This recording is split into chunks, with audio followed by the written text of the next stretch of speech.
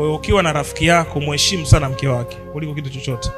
Hata kama kushoto kuna ujinga mnafanya wa kuvuta pombe na bange na nini, nielewe, sawa, lakini lazima wake zenu mheshimiane kwa level ya juu sana.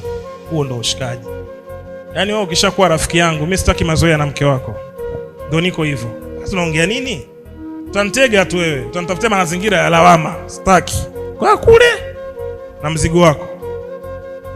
Mimi ndazoea na mke wangu, sitaki mazoea. Umesikia wanaume? Mbona hamjibu? Mna mazoea eh? Usizoeane na mke wa mshikaji wako mpaka mazoea. Unakumbatiana naye nini? Mnakumbatiana nini? Mimi sitaki mke wangu akumbatiwe. Sitaki mambo ya kukumbatiana na mke wangu, sitaki. Mkono unatosha. Kwa sababu kaka wengine hawakumbatii. Bwana asifiwe mama jamani. Oh mama, my mom, my spiritual mom. Oh my God. My spirit baba shataka baba sekete bobo. La baba sheke.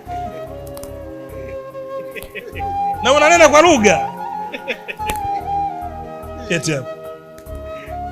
Na kupiga makofi mchana.